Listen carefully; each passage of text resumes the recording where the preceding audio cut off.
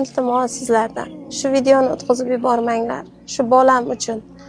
Mana Anora qizim hozirda 9 yoshda.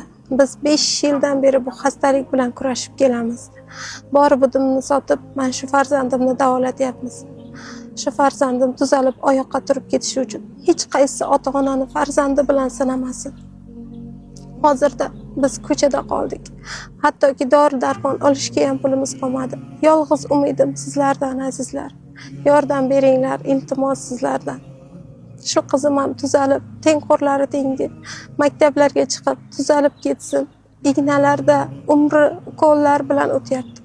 Iltimos sizlardan. Bitta dorimiz 15 millionlik bo'lgan doridan olib kelyapmiz. Iltimos sizlardan. Yordam beringlar.